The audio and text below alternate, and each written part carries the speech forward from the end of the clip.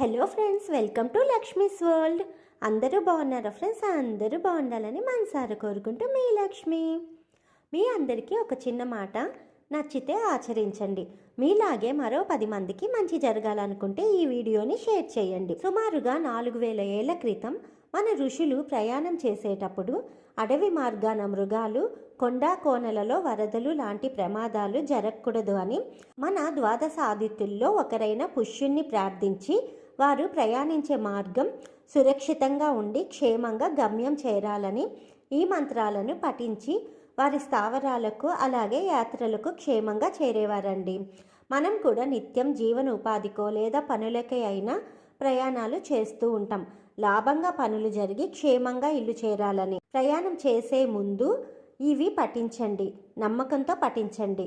రాకూడని వారో లేదా పిల్లో బల్లో ఎదురు వచ్చిందని 5 నిమిషాలు ఇంట్లో కూర్చొని నీళ్లు తాగి వెళ్ళే మాటను నమ్మినప్పుడు ఇది పఠించడం వలన మనకు మన కుటుంబానికి మంచి జరుగుతుంది అని కూడా నమ్మండి. పఠించే సమయం లేకుంటే యూట్యూబ్లో సెర్చ్ చేసి చూడండి, ఈ మంత్రం ఉంటుంది. లేదంటే మీరే రికార్డ్ చేసుకొని మంత్రం చదివి దీన్ని వింటూ ప్రయాణం చేయండి. మీ ప్రయాణము లాభంగా సాగి క్షేమంగా ఇల్లు చేరాలని మనసారా కోరుకుంటూ మీ లక్ష్మి.